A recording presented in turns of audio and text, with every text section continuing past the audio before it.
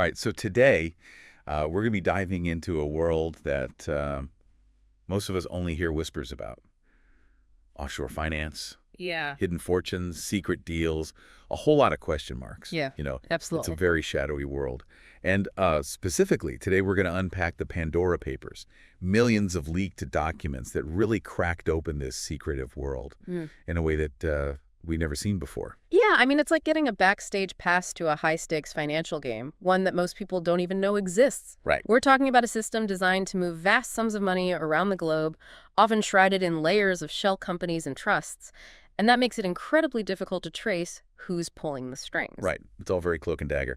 At the heart of this leak is a company called Citi, run by an Australian accountant named Graham Briggs. Turns out he basically helped turn the tropical paradise of Samoa into a haven for hidden wealth. Not exactly the image that comes to mind when you think about island getaways. Well, you know what's fascinating is that Briggs recognized a unique opportunity. Small island nations like Samoa with limited resources could attract foreign investment by offering low taxes and a high degree of secrecy. So this, of course, raised a lot of eyebrows and red flags, especially when considering a core element of this world, money laundering. Okay, so before we go any further, let's break down what money laundering actually is.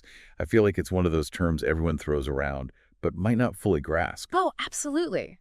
At its core, money laundering is about taking dirty money, funds obtained through illegal activities like drug trafficking or corruption, and making it look clean. It's a three-step process, starting with placement.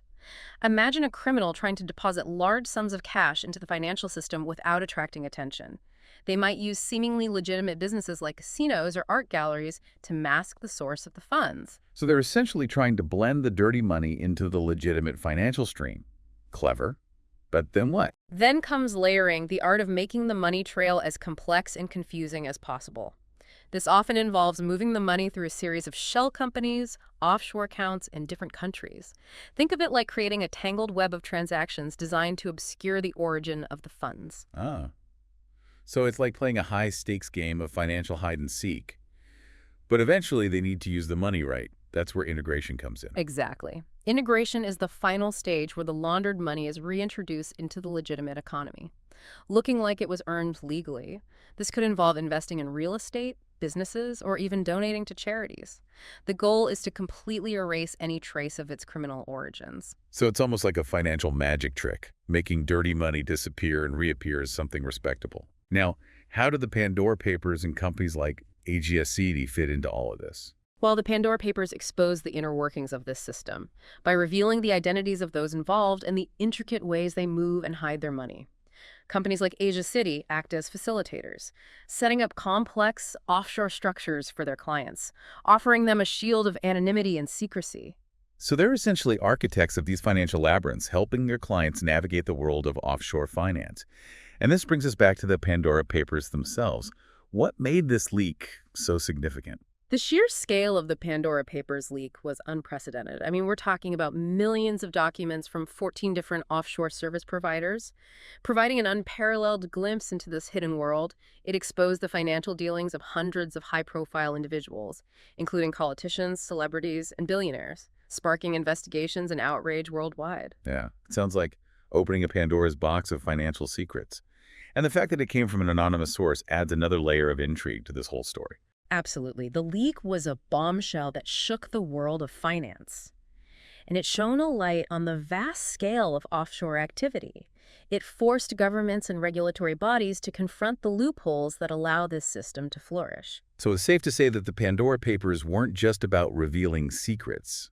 They were about exposing a system that, for many, operates outside the rules that most of us play by. Precisely.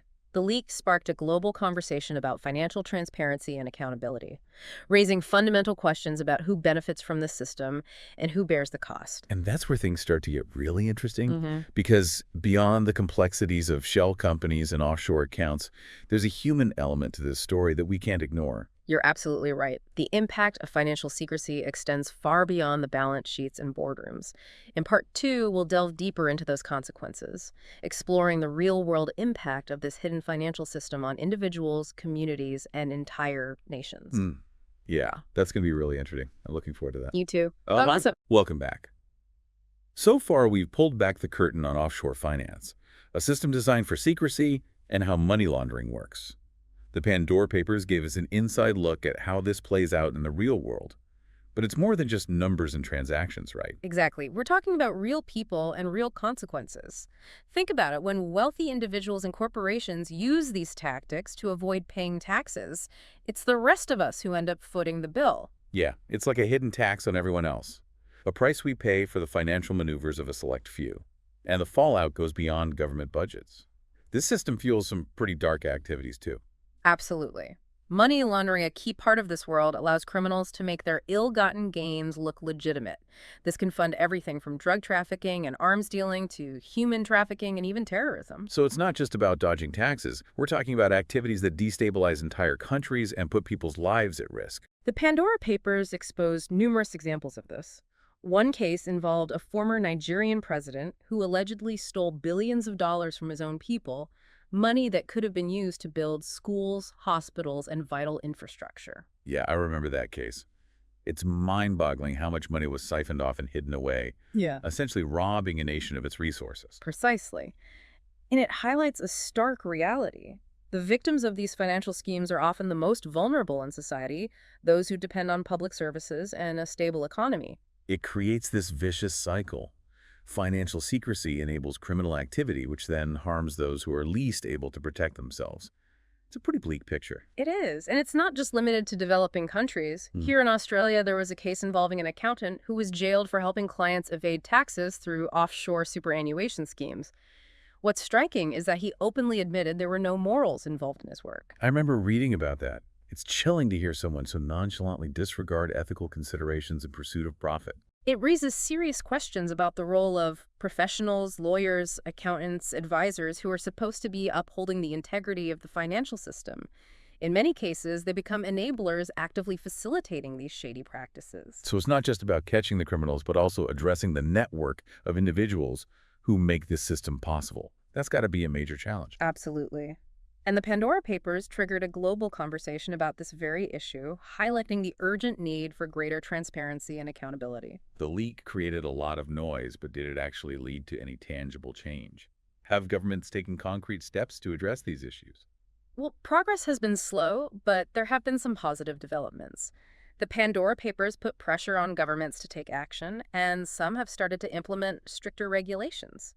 Here in Australia, the debate around a beneficial ownership register was reignited with growing calls for greater transparency in company ownership. Right, that register would essentially lift the veil on shell companies, making it much harder to hide behind anonymous entities.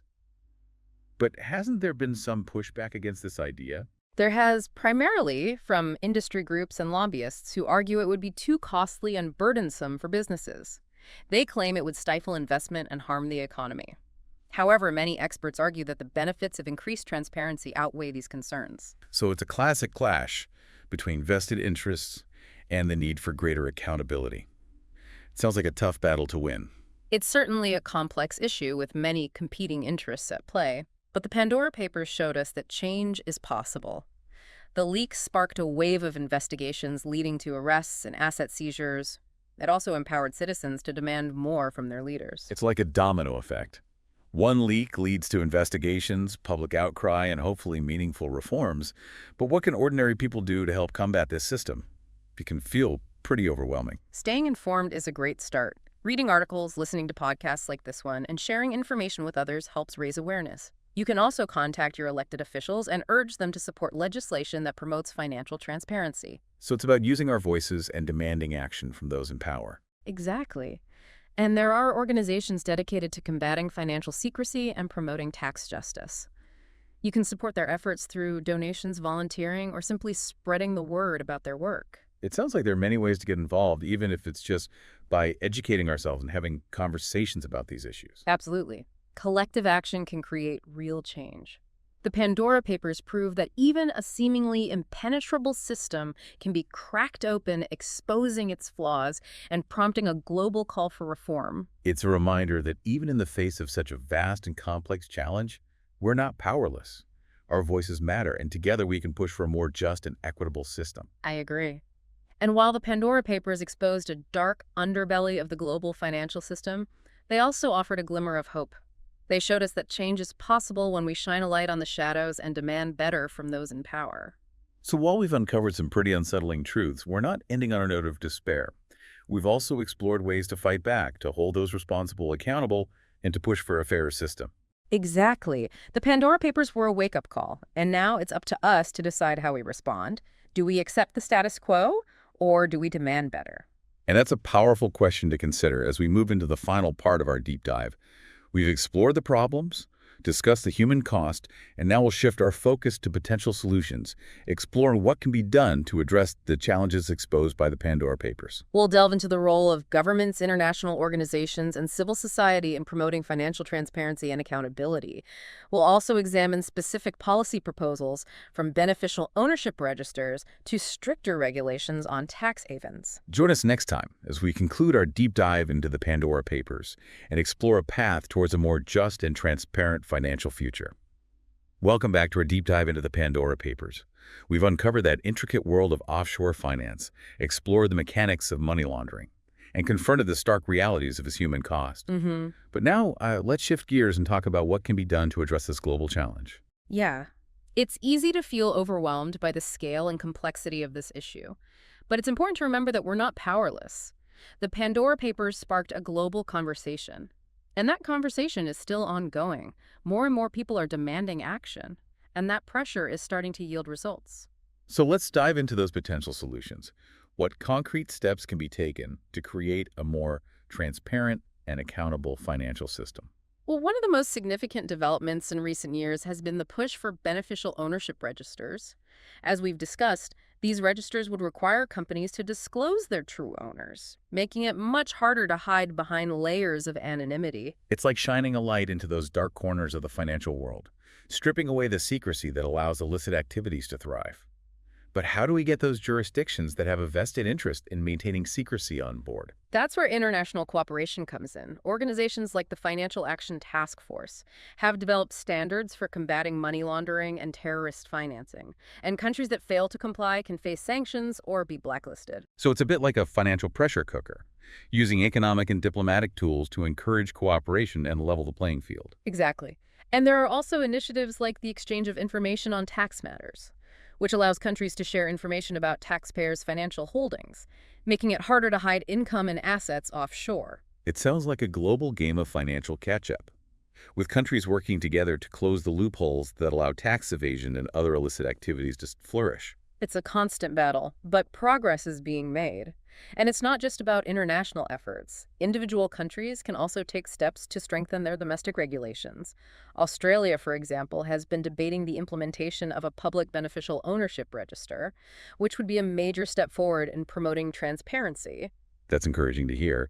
But even with the best regulations in place, it all comes down to enforcement, right? We need agencies with the resources and the authority to investigate financial crimes and hold those responsible accountable. Absolutely. Enforcement is key. We need to ensure that agencies tasked with combating financial crime are well-funded, independent, and free from political interference. And we need to send a clear message that no one is above the law, regardless of their wealth or influence. So it's about creating a system where the scales of justice are balanced, not tipped in favor of those with deep pockets and powerful connections. Precisely. And it's also about fostering a culture of compliance, where individuals and corporations understand the importance of ethical behavior and the consequences of engaging in illicit activities. It's about shifting the mindset from what can I get away with to what is the right thing to do. But beyond laws and regulations, technology is also playing an increasingly important role in combating financial crime, isn't it? Absolutely. Innovations like artificial intelligence and machine learning are being used to analyze vast amounts of data and identify suspicious transactions that might otherwise go undetected. It's like having a digital detective constantly monitoring financial flows and flagging potential red flags. So we're essentially bringing the power of technology to bear on this complex and often shadowy world, making it harder for those who operate in the dark to stay hidden. Exactly. And these technologies are becoming increasingly sophisticated, allowing us to connect the dots and follow the money trails more effectively than ever before. But technology is only part of the solution. Ultimately, it comes down to human choices, ethical behavior, and a commitment to creating a fairer and more transparent system. So while the Pandora Papers exposed a dark underbelly of the global financial system, they also offered a glimmer of hope. They showed us that change is possible when we shine a light on the shadows and demand better from those in power. Yeah, and they reminded us that we all have a role to play in this fight by staying informed, raising our voices, and supporting those working for change. We can contribute to building a more just and equitable world. Well said. The Pandora Papers may have closed, but the conversation they started continues, and it's a conversation that we all need to be a part of. I couldn't agree more. Thank you for joining us on this deep dive into the Pandora Papers and the hidden world of offshore finance. We hope you found it insightful and empowering. Remember, knowledge is power. And by understanding the complexities of this system, we can all contribute to creating a more transparent and accountable financial future. Until next time, keep asking questions, keep learning, and keep diving deep.